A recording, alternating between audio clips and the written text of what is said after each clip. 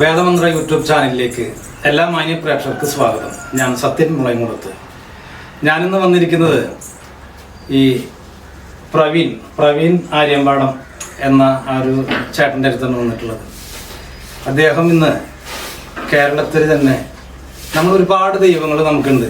അതിൽ ഇപ്പോൾ വിഷ്ണുവാ ചാത്തൻ എന്ന് പറയുന്ന പോലെ തന്നെ അത്രയും ഗാംഭീര്യത്തോട് പറയാവുന്നതാണ് കല്ലടിക്കോട് കരിനീലിയമ്മ അല്ലെങ്കിൽ മലബാരൻ ദൈവങ്ങൾ എന്നൊക്കെ പറയുന്നത്.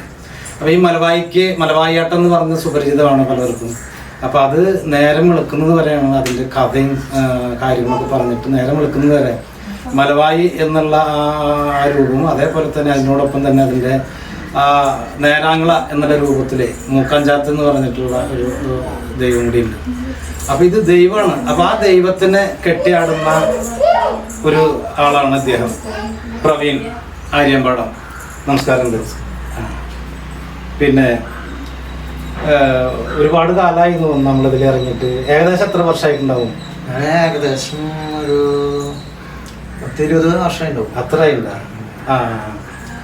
അന്ന് ഈ ഇന്നുള്ള പോലെ തന്നെ ഒരു സ്വീകാര്യത എല്ലാവരും ഈ ഇതിലേക്ക് ഇങ്ങനെ വരുന്ന അല്ലെങ്കിൽ ഇഷ്ടപ്പെടുന്ന ഒരു ഇതുണ്ടായിരുന്നു. അന്ന് ഞാൻ ഈ മുത്തപ്പൻ്റെ വേഷം കെട്ടുന്ന ടൈമില് ഏറ്റവും ചെറിയ ചെക്ക ഞാനായിരുന്നു അന്ന്. അതിന് അങ്ങനെ നല്ലൊരു താല്പര്യവും കാര്യങ്ങളൊക്കെ ഉണ്ടായിരുന്നത് ഉണ്ടായിരുന്നു പറയാൻ കാരണം എന്താ വെച്ചാൽ ഈ മലവേട്ടം എന്നുള്ള സംഭവം നമ്മുടെ വീടിൻ്റെ തൊട്ടടുത്ത് തന്നെ പരിപാടികൾ നടത്താറുള്ളതാണ്. അപ്പോൾ അങ്ങോട്ട് ഇടയ്ക്ക് പോവും. ഒന്ന് ആ സീസണായി അവിടെ എല്ലാവരും മുളങ്ങാതെ കഴിക്കണതാണ്. അപ്പോൾ കാണാനൊക്കെ നമ്മൾ പോകാറുണ്ട്. എന്നിട്ട് പിന്നെ മുത്തപ്പൻ്റെ ഡയലോഗുകളും ഇതൊക്കെ കേട്ടപ്പോൾ നമുക്കൊരു ഇഷ്ടം തോന്നി. അപ്പോൾ അതിൽ ഗുരുനാഥൻ എന്ന് പറയാനേ ഗുരുനാഥൻ എന്ന് പറഞ്ഞാൽ നെല്ലുവായി സുധാകരൻ, പിന്നെ തിപ്പിശ്ശേരി ചങ്ങലേട്ടൻ, ഗുരുനാഥന്മാര് ഈ പറഞ്ഞ ഒരുപാടുണ്ട്. അപ്പൂൻ ചേട്ടൻ, മൂക്കോല മണിയേട്ടൻ. അപ്പൊ അന്ന് ഈ മണി കെട്ടുന്ന സമയത്ത് ഏകദേശം എത്ര വയസ്സുണ്ടാവും? അന്ന് ഞാന് 10ാം ക്ലാസ് കഴിഞ്ഞിട്ടുണ്ടാവും.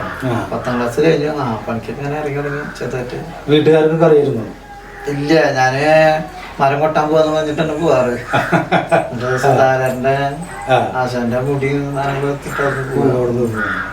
മാണിക്ക് ആദ്യം പോവാന്ന് പറയുമ്പോ വീട്ടിൽ നിന്ന് ചെറിയൊരു പിന്നെ അങ്ങനെ ഇതേപോലെ കാണാണ് അവര്. നമ്മുടെ വീട്ടില് നമ്മുടെ അമ്മായി ഉണ്ട്. ആള് പണിക്ക് പോയപ്പോ അവിടുത്തെ ചേട്ടൻ പറയാ ഇങ്ങനെ ആര്യമ്പാടത്തിൽ ചെക്കറിഞ്ഞിട്ടുണ്ടല്ലോ എന്ന് പറയുന്നു. അപ്പോഴാണ് വീട്ടുകാരറിയുന്നത്.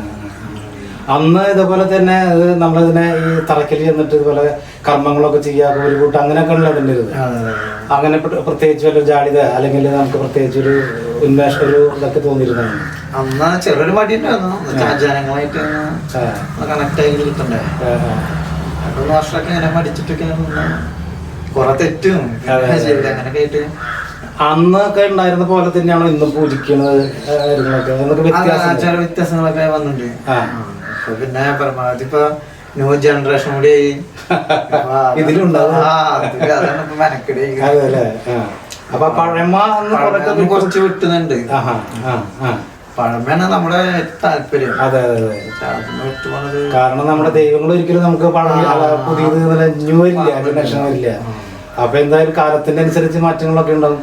അപ്പൊ അന്ന് കർമ്മങ്ങളൊക്കെ ചെയ്തിട്ടുള്ളത് ആ വ്യത്യാസം ഉണ്ട്. ഇന്നത്തെ അന്നത്തെ വ്യത്യാസം ഉണ്ട് വെച്ചെങ്കില് അതൊന്ന് പറയുന്നോണ്ട് കുഴപ്പമുണ്ടോ?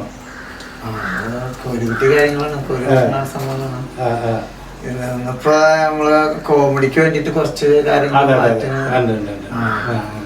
അപ്പൊ അതിന്റെ ചെറിയ വ്യത്യാസങ്ങൾ മാത്രമല്ല. നമ്മളിപ്പോ സാധാരണ ഇപ്പൊ